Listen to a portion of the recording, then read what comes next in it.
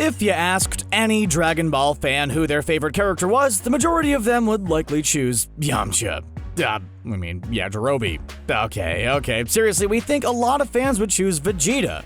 And we can't argue with that, because we love the Saiyan Prince, who was a bad guy, then an anti-hero, and then a good guy as well. He's had a very interesting character arc, but if you think that alone makes him better than Goku, you've got another thing coming. In fact, when you look at all the things Goku can do that Vegeta can't, you get a pretty impressive list of reasons why Goku is objectively better than his longtime rival. So let's take a look at some examples of this.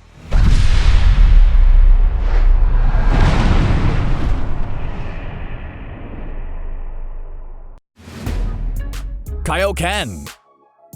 Since it was a key part to defeating Vegeta the first time around, and this is a video about all the things Goku can do that Vegeta can't, let's start off with one of the techniques that King Kai imparted upon Goku during his training in Otherworld, the Kaioken.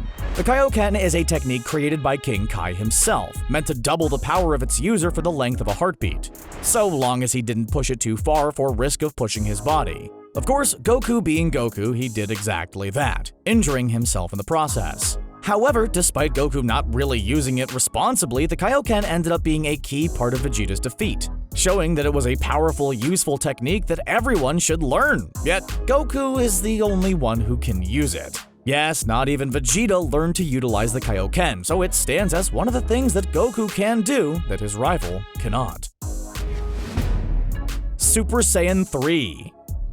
Speaking of transformations and power-ups that Goku can do and Vegeta can't, the next entry in this video is none other than Super Saiyan 3. Goku first debuted this form in the Buu Saga, showing Buu and Babidi all of the Super Saiyan forms in order to stall for time. The form took a lot of time and a lot of screaming to power up to, and when we finally saw what Goku had achieved in his time in Otherworld, it was one of the most impressive moments of the series. Super Saiyan 3 was unlike anything that came before it, making Goku so absurdly strong that even Majin Buu seemed to fall victim to his power. Gotenks eventually gained the power to go Super Saiyan 3 as well, making them the only two canon users of the form.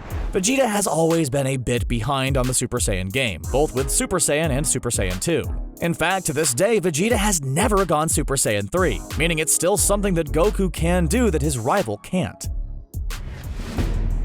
Instant Transmission.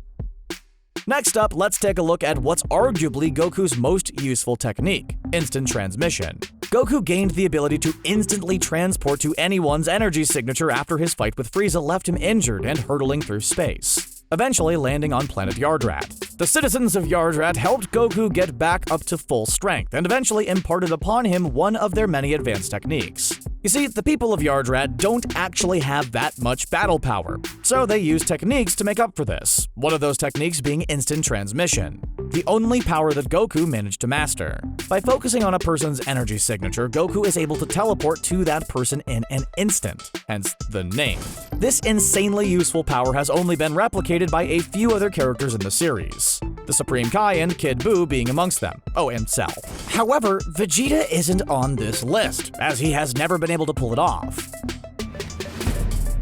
Train with King Kai. Goku has a lot of techniques that Vegeta can't or doesn't use, and a few of those techniques came from his relationship with King Kai.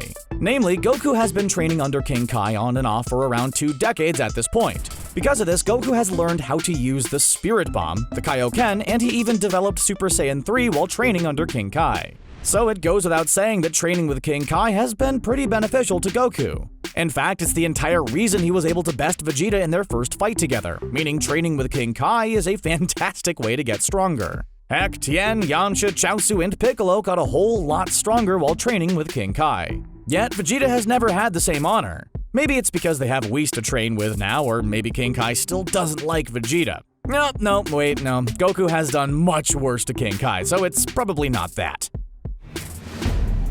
Spirit Bomb.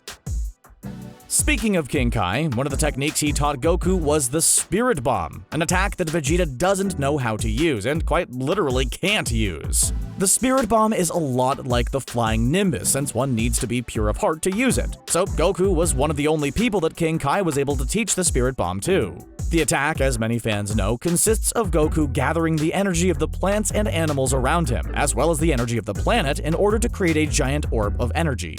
The Spirit Bomb can also consist of energy given to him by other people, as seen when Goku gathered the energy of Earth into a huge bomb in order to defeat Kid Buu. So far, Goku and Gohan are the only people we've seen use the Spirit Bomb in the series, and that probably has to do with the whole pure of heart thing. As for Vegeta, there is no way he could be considered pure of heart, even now that he's a good guy.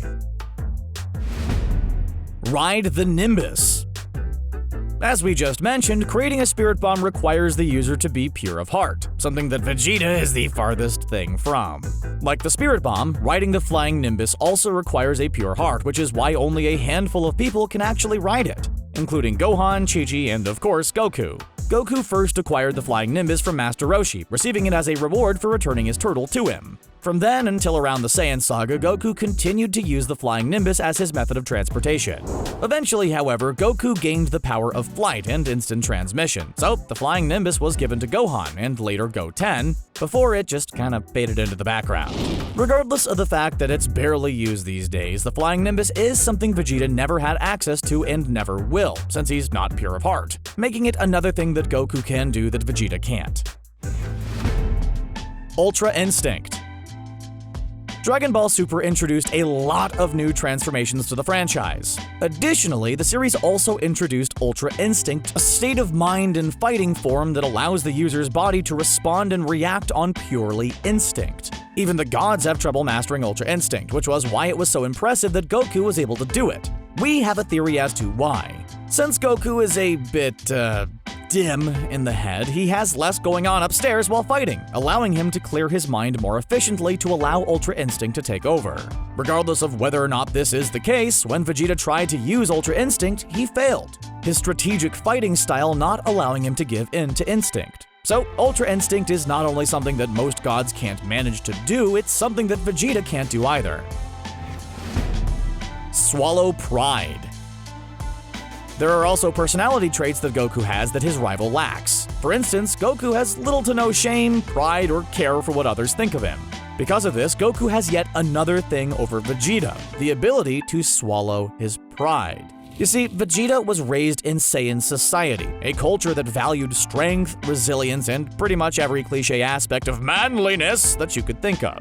As such, Vegeta is very protective of his pride and has a tough time swallowing it. As for Goku, well, Goku still doesn't have a clue what is and isn't socially acceptable, and his overall stupidity makes him open to anything. But still, while it's not completely necessary to fighting, being able to swallow his pride is something that Goku can do with ease, while Vegeta continues to struggle with it. Spare enemies. Another result of Vegeta being raised amongst Saiyan society is his ruthlessness. Both before and after he started to turn into a good guy, and even to this day, Vegeta isn't too keen on sparing his enemies. Goku, on the other hand, grew out of this by the time of the Piccolo Jr. saga. Yes, prior to this, Goku seemed to have no problem killing people, as seen in the Red Ribbon Army saga, but he eventually learned that it's better to give his opponents a chance to grow and change for the better. He spares his opponents because he has hope that they can be a better person. Goku's kind heart is the reason why Piccolo eventually became a good guy, and why he spared Frieza, even when he didn't deserve it. It hasn't always worked out for him though, but because Goku spares his enemies most of the time, Vegeta got the chance to become a good guy. Kamehameha. Last and certainly not least, we have a signature move of Goku's that Vegeta has never been able to perform, the Kamehameha. Be it because Vegeta has an equivalent attack, the Gallic Gun, or for some other reason, Vegeta has never performed the Kamehameha. The Kamehameha was first introduced in Dragon Ball when Master Roshi used it to put out the fire consuming the Ox King's castle. After watching it once, Goku was able to perform the attack himself, eventually developing it into his signature attack. Goku would use the Kamehameha in practically every major battle he fought in from the Tournament Saga onwards. The first time Goku used this attack against Vegeta was when the latter threatened to destroy the Earth with his Gallic Gun. leading to one of the coolest beam struggles of all time as Goku combated it with his Kamehameha. It's hard to say which of the two were more powerful, but that's beside the point. The point is that Goku can perform the Kamehameha while Vegeta can't. So, there you have it, the things Goku can do that Vegeta cannot. Did we leave anything out? Which of Goku's signature techniques is your favorite? Do you think these make him better than Vegeta? Let us know what you think down in the comments below, and don't forget to subscribe to CBR for more Dragon Ball videos. Thanks for watching.